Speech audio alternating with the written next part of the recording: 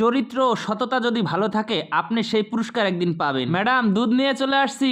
মেম সাহেব, এসব কি হচ্ছে? আমি কি ভুল জায়গায় চলে আসছি?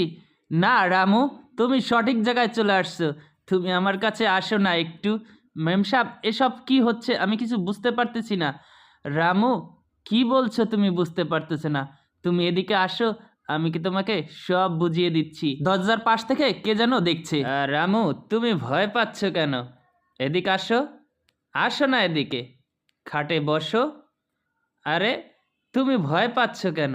আমি তোমাকে ঢেকে নিয়ে আসছি। আজকে আমরা দুজন মজা নিব, তাই না? কিসের ভয় বলো? এত সুন্দরী একটা মেয়ে তোমার সামনে বসা, খাটে ডেকে আনলো, আর তুমি ভয় পাচ্ছ? আর আমাকে কি তোমার পছন্দ হয় না? বলো, দেখতে আমি এতটাই খারাপ? না মেম সাহেব, ওটা না। আসলে আমি এই বাসায় কাজ করি দীর্ঘদিন যাবৎ, আর আমি হচ্ছি কাজের লোক। আর আপনার সাথে কি এসব আমার হয়? কক্ষনো না। কি বলছো রামু এসব? তুমি দেখতে কত হট। আরে আপনি পাগল হয়ে গেছেন? এসব কি বলতেছেন? মাথা ঠিক আছে? হ্যাঁ, মাথা তো সত্যি ঠিক নাই। কারণ তোমার ভাই তো অফিসের ট্যুরে 7 দিন বাইরে গেছে। এখন আমি কিভাবে থাকি বলো? তুমি যা দেখতে হট, আমার মাথা তো পুরাই নষ্ট হয়ে গেছে। আমি আর ঠিক থাকতে পারতেছি না রামু। আর স্বামী বারবার পিছন থেকে দেখছে। প্লিজ আসো না তুমি আমার কাছে, প্লিজ আসো। এ ম্যাম, ছাড়েন আপনি। এসব কি করতেছেন? আপনার মাথা ঠিক হয়ে গেছে? আচ্ছা, ও আচ্ছা, তোমার টাকা লাগবে তো? আচ্ছা ঠিক আছে, তোমাকে পুরো 50,000 টাকা দিব। প্লিজ আসো, প্লিজ আমাকে মাফ করেন। এই সমস্ত কি হচ্ছে? আমি কি মানুষ না আপনাদের কাছে? আপনার যা ইচ্ছা তাই করবেন, আর আমার কোনো ব্যক্তিত্ব নাই? আর আমি আপনার বাড়ি কাজ করি দেখে আমাকে এতটা ছোট মনে হচ্ছে? তখন দাঁড়িয়ে দাঁড়িয়ে মিটমিট করে হাসছে তার স্বামী। হ্যাঁ, আমি আজকে 10 বছর যাবত এই বাসায় কাজ করি।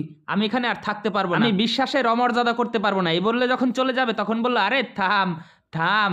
আরে ভাই, যেতে হবে না। আপনি স্যার? এ ম্যাডাম কি বললো এসব এতক্ষণ? আমি তো কিছুই বুঝতে পারতেছি না। তোর বুঝতে হবে না, এই সমস্ত কিছু আমাদেরই প্ল্যান, আর তোর ম্যামের প্ল্যান। তখন তারা কল্পনায় দেখতে পেল। আচ্ছা, কি করা যায় বলো? এই রামু ছেলেটা এতদিন আমাদের বাড়িতে কাজ করতেছে সততার সাথে। এর আগে 4-5 লাখ টাকা সে পাইলো, তারপরেও ফিরিয়ে দিল, এবং সমস্ত দায় দায়িত্ব রাখে, কত খেয়াল রাখে, বলার আগে সব কাজ করে দেয়। ওর জন্য কিছু একটা করা যায় না? হ্যাঁ, তুমি ঠিক কথা বলেছো, ওর জন্য কিছু একটা করা যায়। তবে ওর একটা পরীক্ষা নিতে হবে, সত্যি কি ও ভালো, নাকি ভালো মানুষ সাজার ভান করতেছে। আচ্ছা, আমরা একটা ট্রাই করে দেখি। হ্যাঁ, দেখা যাক ও ট্রাইতে পাশ করে কিনা। পাশ করলে ওর পরিবার সুখে থাকে এমন একটা ব্যবস্থা করে দেব। কারণ ওর সততা আমাকে এতটাই মুগ্ধ করেছে যে ওর लेकिन জন্য आस কিছু না पड़ोस से করতে मुझे लोगों পারলে से पता আমার चला था কাছে নিজের उस কাছে बेचारे নিজেই ने ছোট মনে दूध হবে। बेच बेच ও के বলল, আচ্ছা जिंदगी ঠিক भर की আছে, मेहनत की একটা कमाई को ট্রাই जोड़ा। করে দেখা যাক। पूरे আচ্ছা, 4 लाख প্ল্যানটা रुपए কি थे, করা যায়? लेकिन বলল, किसी ने उसके साथ হ্যাঁ फ्रॉड তুমি कर তো दिया দেখতে অনেক और पूरे 4 সুন্দরী, लाख लेके भाग তাহলে गया। তোমাকে দিয়েই ये শুরু तो করা तुमने যাক। बहुत যেহেতু अच्छा ও सोचा। টাকা ফেরত দিয়েছে, हमें जरूर उसकी টাকার मदद লোভ करनी নেই। चाहिए। নারীর প্রতি কেমন हाँ, একটা লোভ আছে, मैं भी আর यही আমার सोच रहा हूँ, বিশ্বাসটা पर मेरे मन সত্য में না ना एक মিথ্যা डाउट है। এটা একটু বোঝা হয়ে যাক। अब तुम কারণ खुद ही আমি देखो, তোমাকে রেখে तुम ही অনেক सारा दिन সময় घर पे বাড়ির होती हो, বাইরে मैं চলে तो যাই। अक्सर ऑफिस चला ঠিক जाता हूँ, আছে, तो वो जब भी আমরা दूध প্ল্যানটা देने के लिए आता है तो কাজে वो तुमसे লাগাই। ही मिलता है। বলল, কবে अब मुझे থেকে? पता नहीं है कि वो বলল कैसा যে পরের इंसान है और সপ্তাহে कैसा नहीं, আমি और ना অফিসে ही तुम ট্যুরে उसे যাব, पर्सनली এমন जानती हो। একটা প্ল্যান করো। तो मैं सोच সেই रहा हूँ প্ল্যানে कि हम যদি ও उसका ना एक टेस्ट সাকসেস दें, হয় ताकि তাহলে हम ये ওর देख জীবন सकें আমরা कि हम जिस ধন্য इंसान की করে मदद দেব। कर रहे हैं ঠিক আছে? उसे सच में हमारी স্ত্রী मदद বলল, की जरूरत है। আচ্ছা ঠিক আছে, ওকে। তখন রামু বুঝতে পারলো যে তার সাথে সব সাজানো প্ল্যান হয়েছে। তুমি ভয় পেও না, তুমি আমাদের পরীক্ষায় পাশ করেছো, তাই তোমার আর লোকের বাসায় কাজ করতে হবে না। আমি তোমার জীবন ধন্য করে দেব, যাতে তুমি পরিবার নিয়ে সুখে থাকো।